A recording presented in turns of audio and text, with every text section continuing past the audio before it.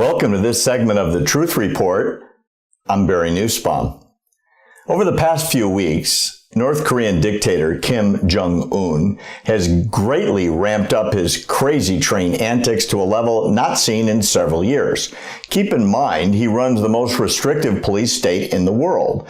Many call North Korea the most brutal regime on the planet, with a leader who runs a country that is one big prison camp.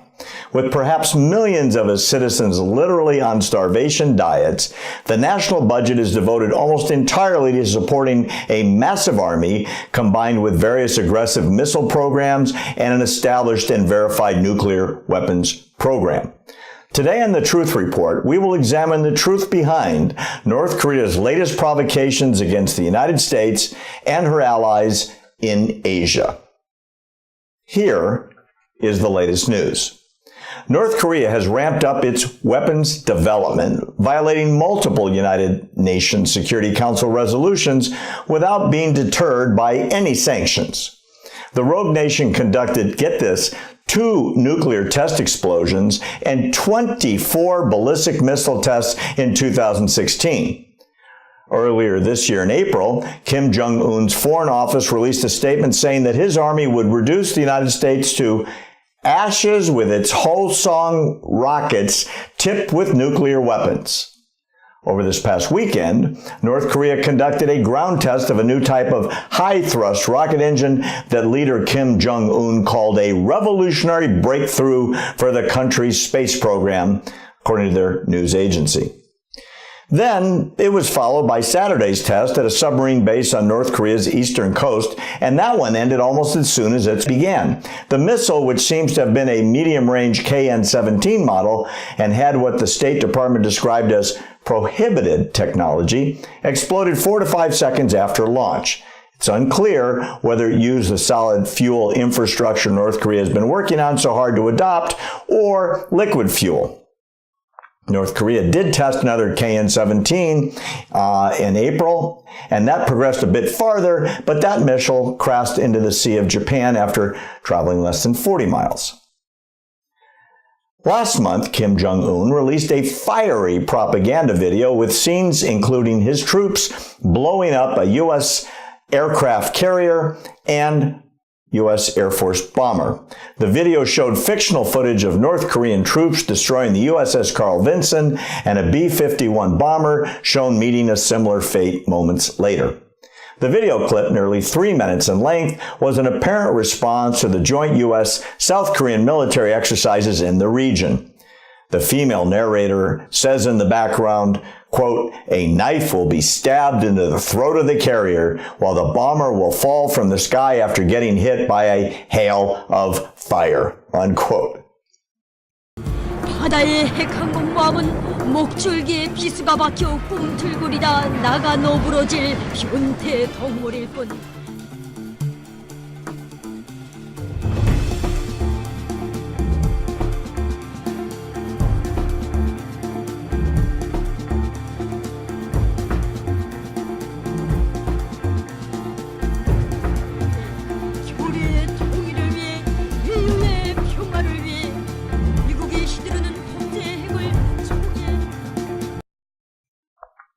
It's an amazing video, isn't it?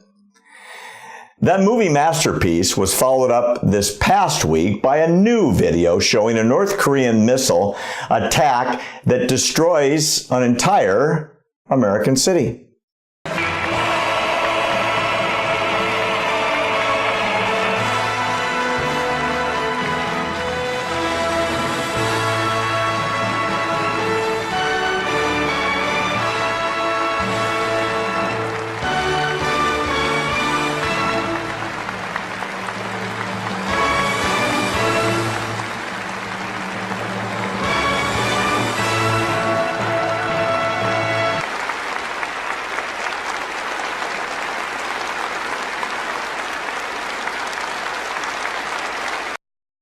And by the way, they release these worldwide to, shall we say, mixed reviews. That video was followed Monday by a spokesman for North Korea's foreign ministry slamming U.S. Secretary of State Rex Tillerson's recent talk of tougher sanctions more pressure, and even a possible military action against North Korea. And he said that the North would not be deterred in its nuclear program. In his words, the nuclear force of North Korea is the treasured sword of justice and the most reliable war deterrence to defend the socialist motherland and the life of its people. That's according to the Korean Central News Agency. North Korea is a conundrum. It's seemingly barren, with third world living conditions, and yet it had just held a grandiose military parade reminding the world that the country is locked, loaded, and ready for war. As detached as North Korea appears to be from the rest of the globe, the country is maintaining a stream of revenue from somewhere to finance its impressive slew of intercontinental ballistic missile development and constant tests. Where does that money come from? Well, a myriad of places. According to a Heritage Foundation member, North Korea has both an overt and covert economy through which it gains money. He suggests that North Korea's money flow is very diverse.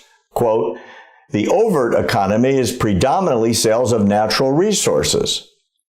The covert economy is harder to estimate, but get this, consists of weapon sales, counterfeiting of U.S. $100 bills, production and distribution of illegal narcotics, cigarettes, pharmaceuticals, including Viagra, various insurance scams, money laundering, and cybercrime.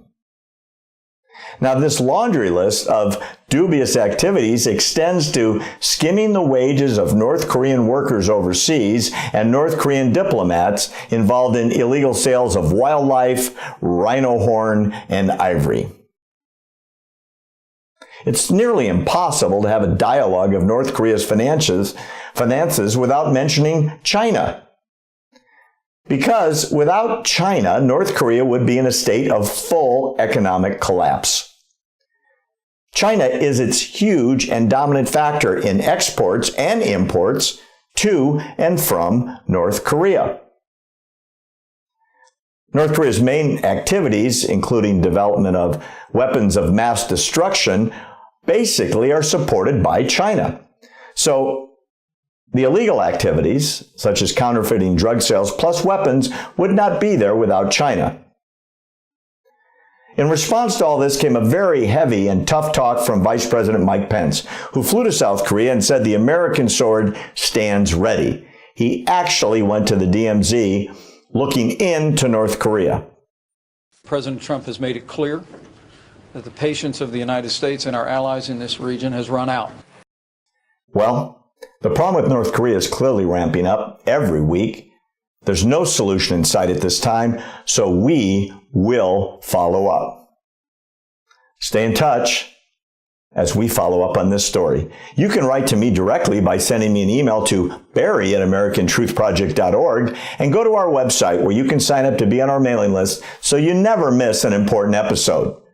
You can handle the truth, and we intend to bring it to you.